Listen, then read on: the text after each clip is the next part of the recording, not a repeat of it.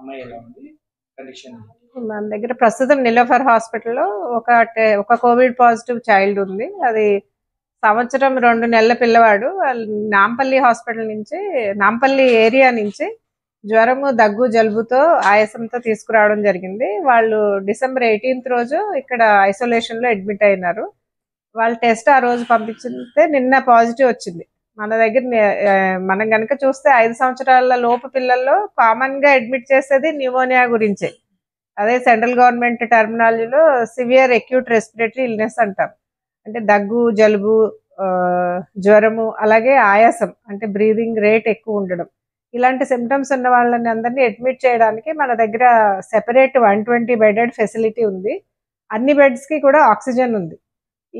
ఎవరైతే ఈ సిమ్టమ్స్తో వస్తారో వాళ్ళని ఈ బిల్డింగ్లో అడ్మిట్ చేయడం జరుగుతుంది. అందరికీ కూడా మేము కోవిడ్ టెస్ట్ చేస్తాం. మధ్యలో బానేస్తాం, కానీ ఇప్పుడు మళ్ళీ సెంట్రల్ గవర్నమెంట్ గైడ్ లైన్స్ వచ్చినాక అందరికీ కోవిడ్ ఆర్టీపీసీఆర్ చేయడం జరుగుతుంది. సో ఈ చేసిన టెస్ట్లో ఈ ఒక్క చైల్డ్కి మాత్రం పాజిటివ్ వచ్చింది. కాకపోతే సిమ్టమ్స్ ఇప్పుడు తగ్గినాయి, చైల్డ్ స్టేబుల్గా ఉన్నాడు. ఈ కొత్తగా వచ్చిన JN1 వేరియంట్ అనేది WHO స్టేట్మెంట్ ప్రకారం ఇది ఓన్లీ వేరియంట్ ఆఫ్ ఇంట్రెస్ట్, అంటే it is variant of concern కాదు. అంటే దీనికి ఇన్ఫెక్టివిటీ రేట్ ఎక్కువ ఉంటుంది. ఒకళ్ళకి వస్తే చుట్టుపక్కల అందరికీ స్ప్రెడ్ అయ్యే అవకాశం అయితే తప్పకుండా ఉంది. సో నెంబర్ ఆఫ్ కేసెస్ మనం కనుక ట్రెండ్స్ చూస్తే 1 monthలోనే చాలా మల్టిపుల్ ప్రపోర్షన్స్లో కేసెస్ నంబర్ పాజిటివిటీ ఇంక్రీజ్ అయింది ఆల్ ఓవర్ ద వరల్డ్. కాకపోతే అదృష్టం ఏంటంటే ఇవేమీ సివియర్ కాదు. సివియర్ కానీ క్రిటికల్ ఇల్నెస్ కానీ అడ్మిషన్ అవసరమయ్యే కేసులు తక్కువ. పాజిటివిటీ రేట్ పెరిగినా కానీ most of the cases out patient ట్రీట్మెంట్లోనే తగ్గుతున్నాయి. అడ్మిషన్ అవసరం పడట్లేదు. ఇప్పుడైతే ప్రస్తుతం గైడ్ లైన్స్ అంత లాంగ్ ఐసోలేషన్ అయితే అవసరం లేదు. సిమ్టమ్స్ తగ్గేదాకా ఐసోలేషన్ ఉంటే సరిపోతుంది.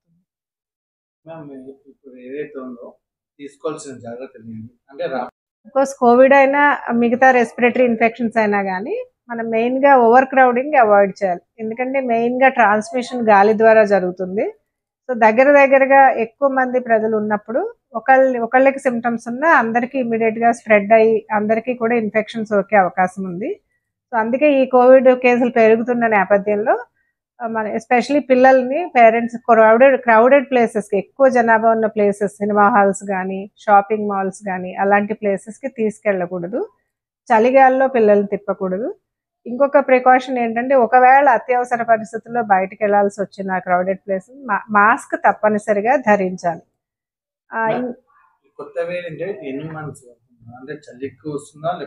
జరుగుతూనే ఉంటాయి వైరసెస్ లో, ఎస్పెషలీ కోవిడ్, ఫ్లూ వైరసెస్ లక్షణం ఏంటంటే వాటి mutations, especially JN1 variant spike protein, అలాగే ఇతర భాగాల్లో కూడా మ్యూటేషన్ రావటం ద్వారా జరుగుతుంది.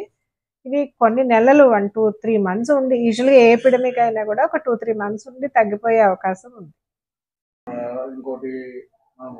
యాక్చువల్గా ఈ కోవిడ్కి ఆహార నియమాలు కానీ అలాగే వాటర్ నియమాలు కానీ ఏం లేవు. ఇన్ జనరల్ నీరు ఎప్పుడు పరిశుద్ధమైన నీరే తీసుకోవాలా.